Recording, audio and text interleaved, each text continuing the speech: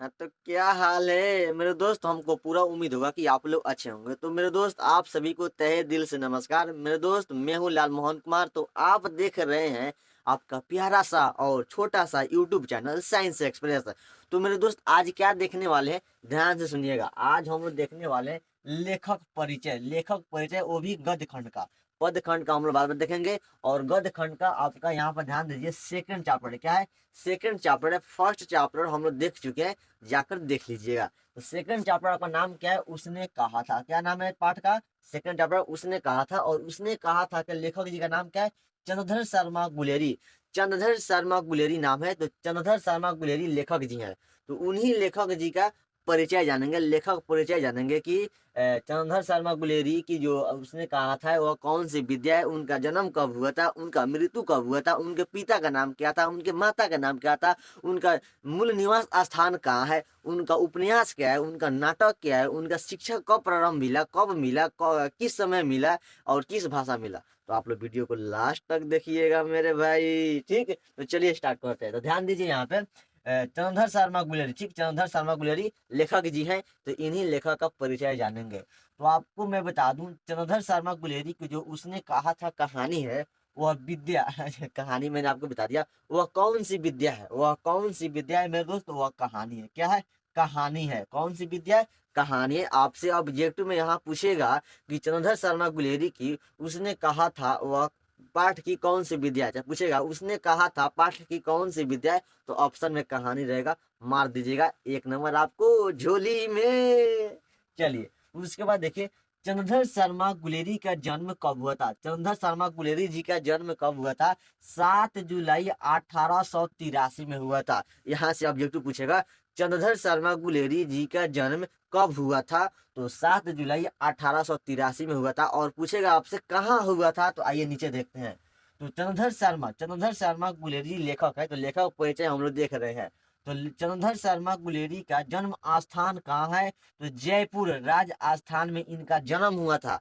ठीक है, चंद्रधर शर्मा गुलेरी जी का जन्म जयपुर के राजस्थान में हुआ था, लेकिन उनका जन्म वहां पे हुआ था, लेकिन इनका मूल निवास स्थान, अपना घर कहाँ है, आगे देखेंगे। ठीक, चलिए। तो यहाँ पे ध्यान दीजिए, इनका निधन। निधन का मतलब क्या होता है? मृत्यु, मरण, मृत्यु। तो मृत्यु कब हुआ था? 12 सितंबर 1922 में। कब हुआ था? 12 सितंबर 1922 में हुआ था। कैसे पूछेगा ऑब्जेक्टिव? चंद्रधर शर्मा गुलेरी जी का मृत्यु कब हुआ था? 12 सितंबर 1922 में हुआ था। ठीक है, आगे आपके प्रश्न है कि चंद्रधर शर्मा गुलेरी जी का आपका जन्म स्थान कहाँ है? जन्म स्थान तो जयपुर के राजस्थान में हुआ था। लेकिन यहाँ पे मूल निवास, मूल निवास मतलब अपना निवास, निवास मतलब आवास, आवास मतलब घर। तो उनका मूल निवास, अपना आवास, अपना घर कहाँ है? तो देखिए, ध्यान दीजिए, यहाँ से ऑब्जेक्टिव बनता है। तो चंद्रधर शर्मा गुलेरी जी का अपना घर गुलेर, गुलेर नामक गांव, गुलेर नामक गांव। चंद्रधर शर्मा गुलेरी जी का गांव का नाम क्या था? गुलेर नाम था। क्या नाम था? गुलेर। चंद्रधर शर्मा गुलेरी, गुलेरी, गुलेर, क्या नाम था गांव का? गुलेर नाम था। और जिला का नाम क्या था? कांगड़ा। चंद्रधर शर्मा गुलेरी जी के जिला का नाम क्या था? कांगड़ा था। क्या था? कांगड़ा था। तो और कांगड़ा था। और किस राज्य में? हिमाचल प्रदेश में। किस राज्य में? हिमाचल प्रदेश में। तो पूछेगा आपसे ऑब्जेक्टिव, चंद्रधर शर्मा गुलेरी जी का मूल निवास स्थान कहाँ है? तो गुलेर नामक गांव, जिला कांगड़ा, हिमाचल प्रदेश में। ऐसा भी ऑब्जेक्टिव पूछ सकता है आपसे, चंद्रधर शर्मा गुलेरी जी का जन्म किस गांव में हुआ था? गुलेर गांव में। या जन्म तो आपको उनको हुआ था कहाँ पे? जयपुर राजस्थान। देखिए, वर्ड पर ध्यान दीजिएगा। चंद्रधर शर्मा गुलेरी जी का जन्म स्थान कहाँ है? तो जयपुर, आज राजस्थान, जयपुर के राजस्थान में। लेकिन पूछेगा चंद्रधर शर्मा गुलेरी जी का मूल निवास, मूल घर कहाँ है, किस जिला में है मूल घर, उनका मूल निवास? तो आप मानिएगा कांगड़ा जिला, गुलेर नामक गांव। आई होप आपको अच्छा लगा हो। तो अभी सेशन को लाइक कीजिए, और अगर चैनल पर नए आए हैं तो चैनल को सब्सक्राइब कीजिएगा, दोस्तों के पास शेयर भी कीजिएगा। देखिए, यहाँ पे आगे बढ़िए। चंद्रधर शर्मा गुलेरी जी का, चंद्रधर शर्मा गुलेरी जी का पिता का नाम क्या था? तो मेरे दोस्त, पिता का नाम था उनका पंडित शिवराम। यहाँ से ऑब्जेक्टिव बनता है। पूछेगा चंद्रधर शर्मा गुलेरी जी का पिताजी का नाम क्या था? तो पंडित शिवराम। क्या नाम था? पंडित शिवराम नाम था। चलिए आगे देखिए, उनका माता जी का नाम। तो माता जी के नाम इनके बुक में नहीं दिया गया है। जो आपका बुक है गोधली, गोधली नहीं का दिंगत है, गोधली तो 9th क्लास में आता है। दिंगत है, दिंगत है ना आपका। तो दिंगत में आपका माता जी का नाम नहीं दिया गया है। माता जी का नाम नहीं दिया गया, आपका वहां पे एग्जाम में नहीं पूछेगा, नहीं दिया गया नहीं पूछ सकता है बोर्ड में, ठीक है। तो चलिए माता जी का नाम नहीं दिया गया है तो हम नहीं जानेंगे, और आपको बोर्ड एग्जाम पूछेगा ही नहीं, नहीं पूछेगा तो नहीं पूछेगा, नहीं दिया तो कहाँ से पूछेगा मेरे भाई। चलिए उसके बाद आगे बढ़िए। चंद्रधर शर्मा गुलेरी जी का शिक्षा, शिक्षा पढ़ाई लिखाई कहाँ से हुआ, कब किए, मैट्रिक कब किए, किस विश्वविद्यालय से किए, इंटर कब किए, बीए कब किए, आइए समझते हैं, ठीक। चलिए तो यहाँ पे मैंने नंबर 1, नंबर 2, नंबर 3, नंबर 4 लगा दिया, ध्यान दीजिए। तो नंबर 1 में देखिए, बचपन में चंद्रधर शर्मा गुलेरी जी का शिक्षा, बचपन में संस्कृत की शिक्षा, संस्कृत की शिक्षा ली, मतलब पढ़ाई की, संस्कृत में बचपन में ही संस्कृत से पढ़ाई किए थे।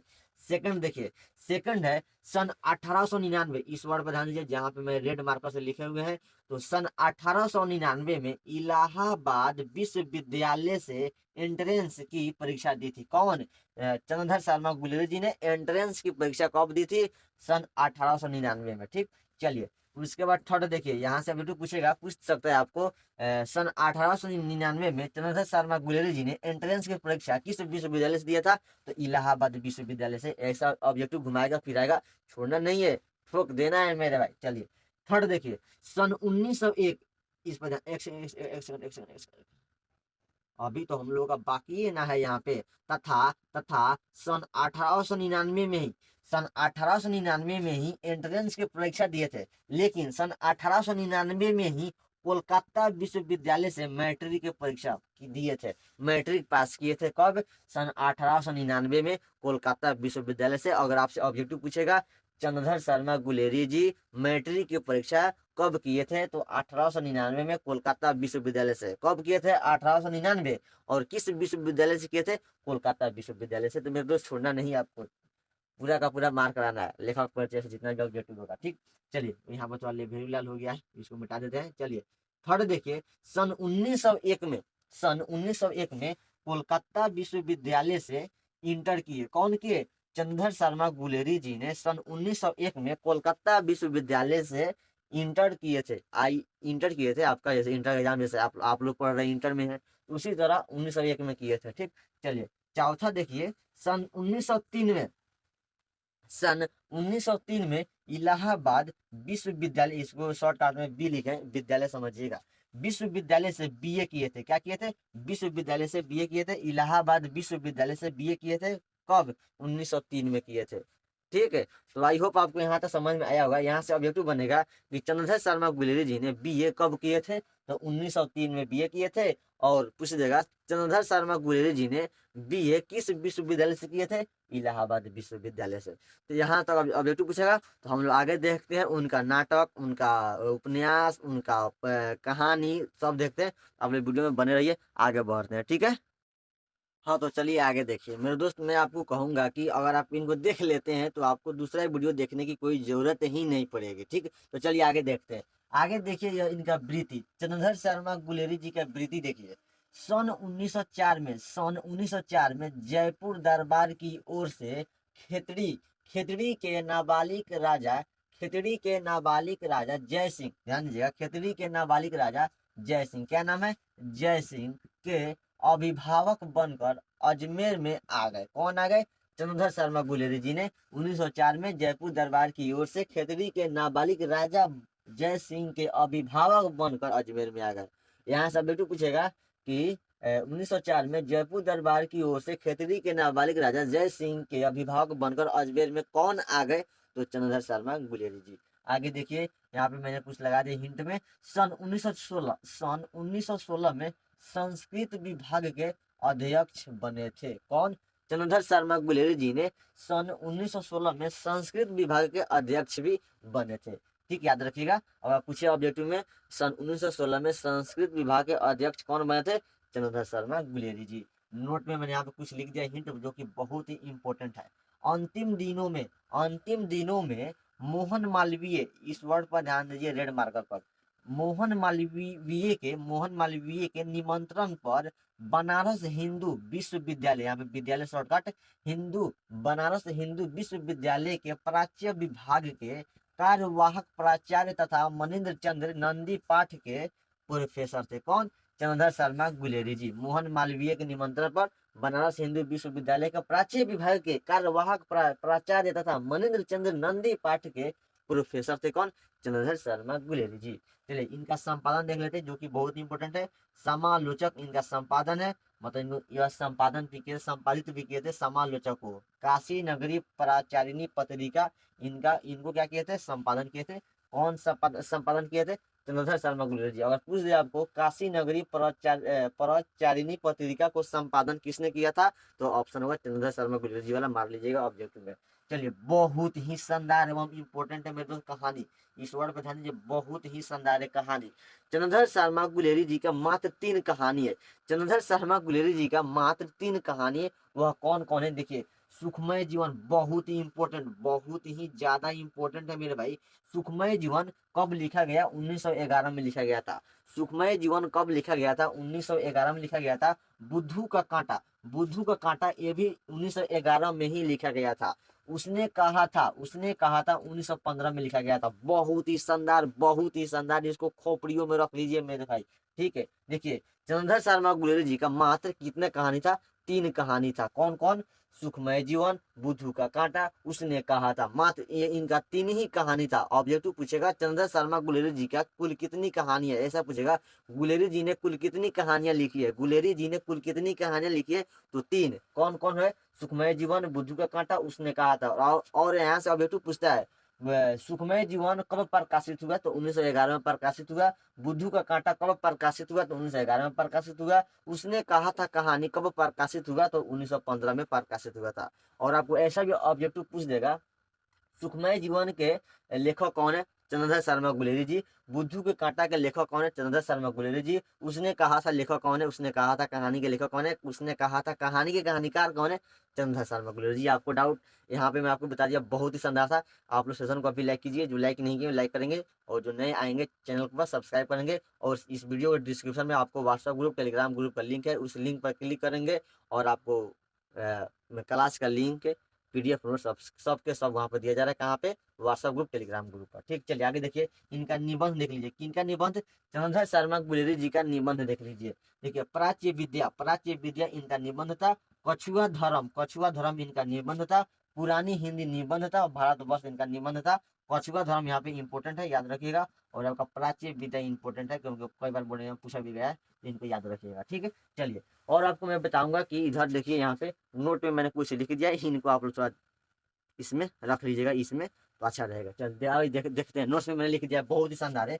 नोट्स में मैंने यहाँ पे लिख दिया है। देखिए चंद्रधर शर्मा गुलेरी जी ने, चंद्रधर शर्मा गुलेरी जी ने 20वीं सदी के प्रमुख लेखक थे। ऑब्जेक्टिव पूछेगा चंद्रधर शर्मा गुलेरी जी ने किस सदी के प्रमुख लेखक थे? तो 20वीं सदी के। किस सदी के? 20वीं सदी के प्रमुख लेखक थे। मैंने वहां पे नोट में लगा दिया, बहुत ही शानदार है। देखिए चंद्रधर शर्मा गुलेरी जी ने द्विवेदी युग के प्रमुख लेखक हैं। आपसे ऑब्जेक्टिव पूछेगा चंद्रधर शर्मा गुलेरी जी ने किस युग के कवि हैं?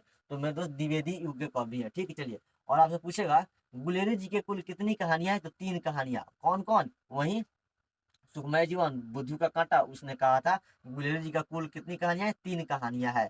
ठीक है, चलिए और चौथा ध्यान दीजिएगा, तो बहुत ही इंपॉर्टेंट है। चलिए चौथा है यहाँ पे, हिंदी कहानी के विकास में मील का पत्थर। रेड मार्कर पर ध्यान दीजिए। हिंदी कहानी के विकास में मील का पत्थर, मील का पत्थर कौन सी कहानी को कहा जाता है? उसने कहा था कहानी को माना जाता है। हिंदी कहानी के विकास में मील का पत्थर किस कहानी को माना जाता है? उसने कहा था। बहुत इंपॉर्टेंट है, ध्यान में रख लीजिएगा। तो आई होप दोस्तों आपको यहाँ पे पूरा अच्छा लगा होगा वीडियो। तो अभी चैनल को सब्सक्राइब, वीडियो को लाइक जरूर कीजिएगा। आप लाइक करेंगे तभी तो आपके लिए भी जान दे देंगे मेरे भाई, जान दे देंगे। ठीक, bye bye tata all of you. जाते जाते आप सभी को तहे दिल से नमस्कार, बाय बाय टाटा। फिर मिलेंगे शाम 7 बजे। शाम 7 बजे इसका ऑब्जेक्टिव आप लोग जरूर देखिएगा। आज शाम 7 बजे जरूर लाइव होगा। आप लोग 7 बजे जरूर ज्वाइन कीजिएगा, मैं 7 बजे लाइव कर दूंगा। ठीक है, तो आप लोग इसका ऑब्जेक्टिव पूरा, मतलब 150 ऑब्जेक्टिव है इस चैप्टर से। 150 ऑब्जेक्टिव अगर उनको देख लेते हैं तो आपको मैं क्या कहूँ, दूसरा वीडियो देखने की कोई जरूरत ही नहीं है, जरूरत ही नहीं पड़ेगी आपको दूसरा वीडियो देखने की। तो बाय बाय टाटा, शाम 7 बजे जरूर जुड़िएगा। All of you, bye bye Tata.